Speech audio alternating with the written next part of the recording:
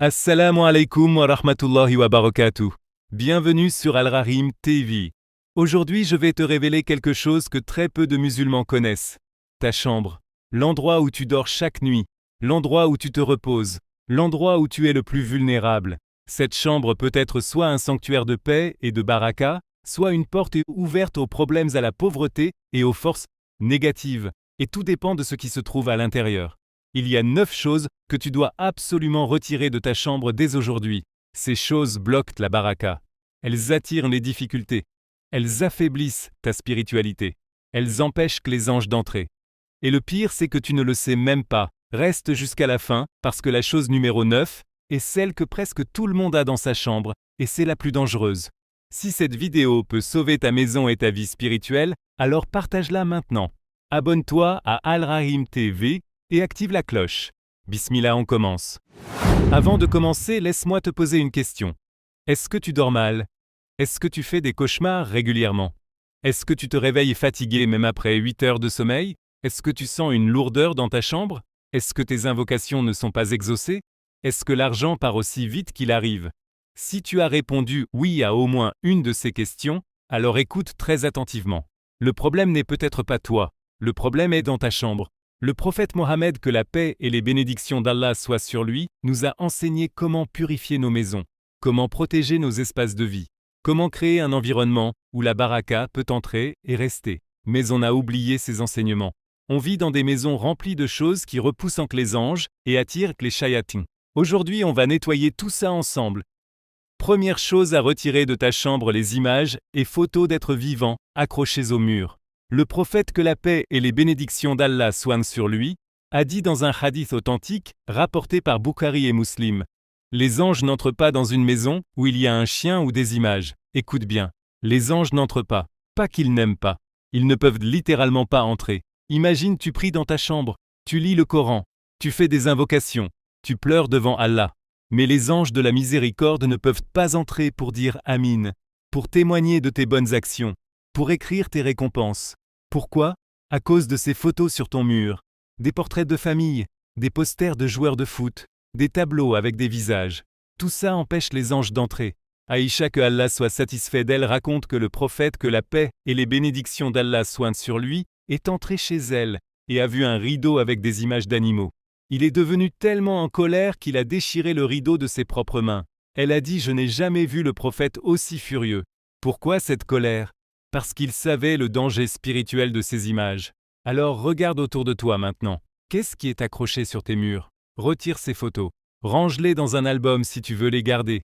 Mais ne les accroche pas. Décore plutôt avec des versets du Coran, des calligraphies des 99 noms d'Allah, des paysages naturels sans être vivants.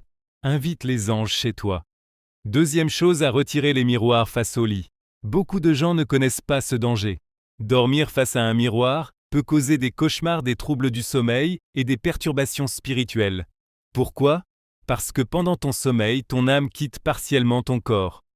Le prophète, que la paix et les bénédictions d'Allah soient sur lui, a dit: Allah retient les âmes au moment de leur mort, et celles qui ne meurent pas au cours de leur sommeil. Quand ton âme se déplace pendant la nuit et qu'elle voit son reflet dans le miroir, ça peut créer une confusion, une peur, un déséquilibre.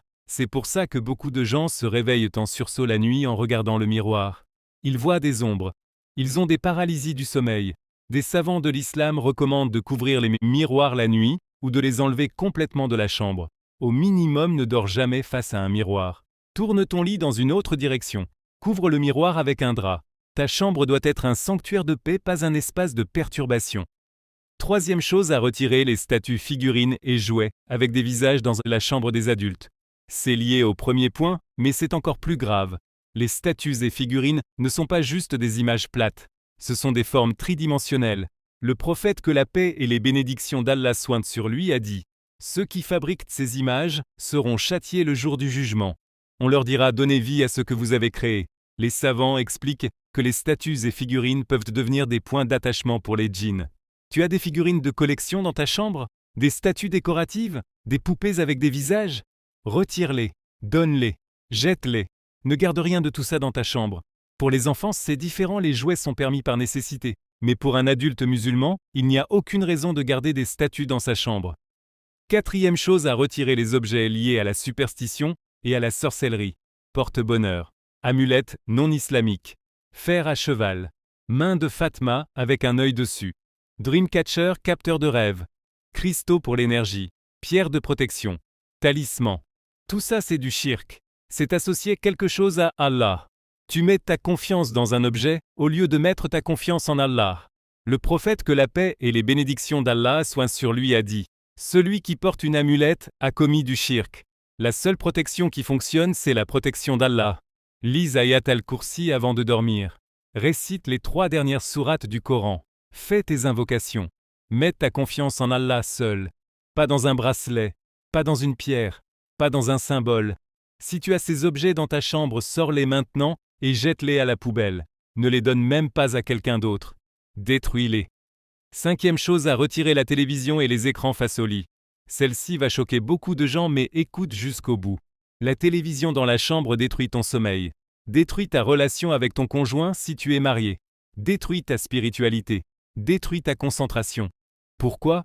Parce que la dernière chose que tu vois avant de dormir reste dans ton subconscient toute la nuit. Si tu regardes des séries pleines de haram, des films avec des scènes interdites, des vidéos inutiles sur les réseaux sociaux, tout ça remplit ton cœur de pollution spirituelle.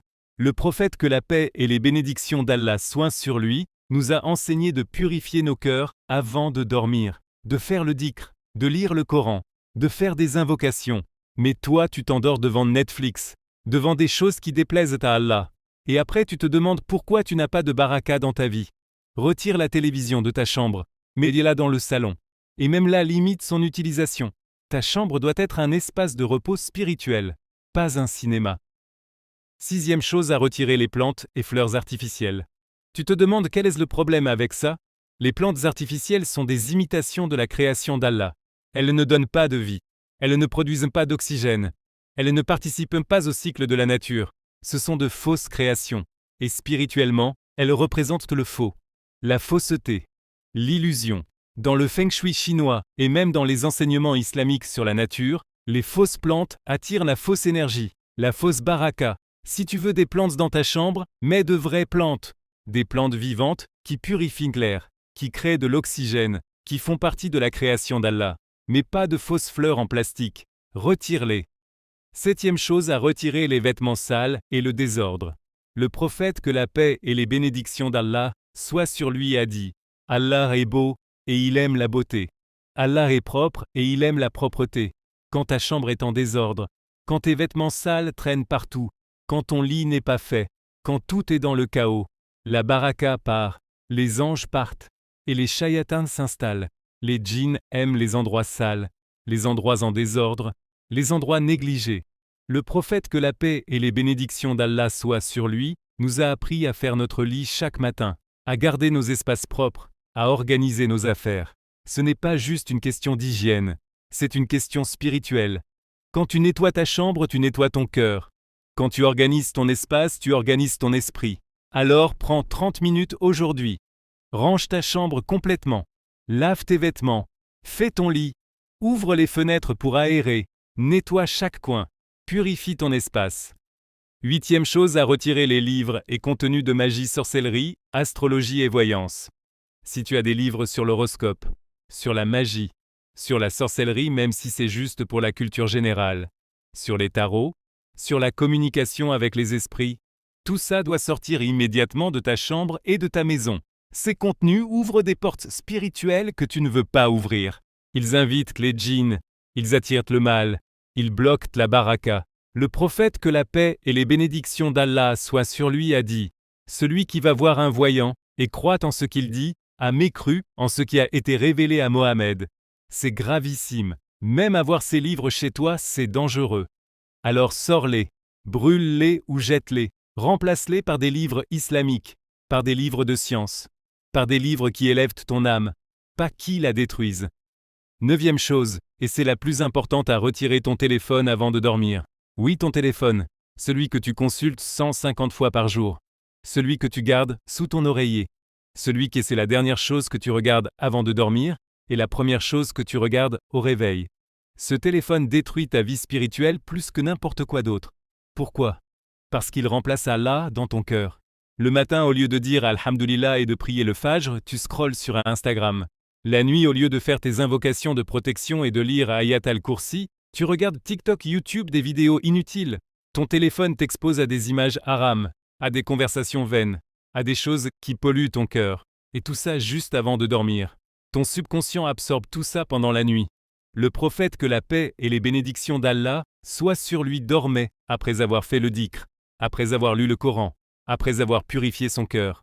Toi, tu dors après avoir vu des danses haram, des vidéos de gens qui désobéissent à Allah, des publicités qui excitent tes désirs, et tu te demandes pourquoi tu te réveilles vide, pourquoi tu n'as pas de connexion avec Allah. Voici ce que tu dois faire. 1 heure avant de dormir, mets ton téléphone en mode avion, mets-le dans une autre pièce, loin de toi.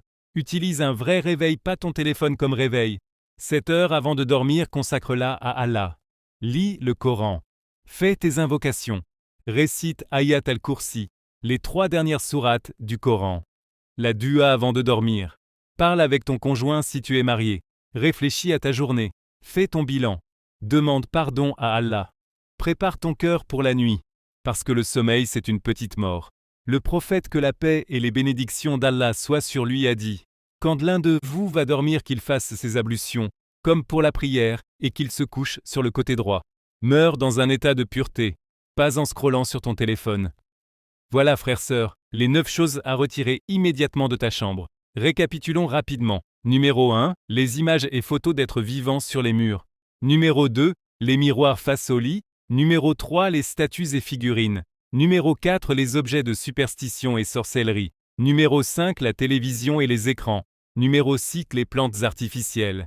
Numéro 7, le désordre et la saleté. Numéro 8, les livres de magie et astrologie. Numéro 9, ton téléphone avant de dormir. Maintenant que tu sais tout ça, tu as 2 choix. Soit tu fermes cette vidéo et tu continues comme avant. Soit tu prends action maintenant. Tu te lèves, tu regardes ta chambre, et tu commences à nettoyer, à purifier, à transformer ton espace en un sanctuaire de paix et de baraka. Je te challenge. Prends une photo de ta chambre maintenant. Fais le nettoyage spirituel complet. Retire ces 9 choses. Puis reprends une photo. Tu verras la différence. Tu sentiras la différence. L'énergie sera différente. La paix sera différente. Le sommeil sera différent. Les anges pourront enfin entrer. La baraka pourra enfin rester. Et ta vie commencera à changer. Si cette vidéo t'a ouvert les yeux, partage-la maintenant. Envoie-la à ta famille, à tes amis. Sauve leur maison. Sauve leur spiritualité. Abonne-toi à Al-Rahim TV. Et active la cloche pour plus de rappels qui changent des vies. Commande Bismillah si tu vas nettoyer ta chambre ce soir. Je veux voir des centaines de Bismillah dans les commentaires. Qu'Allah purifie nos maisons. Qu'Allah purifie nos cœurs. Qu'Allah nous protège de tout mal visible et invisible. Qu'Allah fasse de nos chambres des sanctuaires de paix où les anges aiment entrer et où la baraka reste. Amin ya Rab al-Alamin. Assalamu alaikum wa rahmatullahi wa barakatuhu.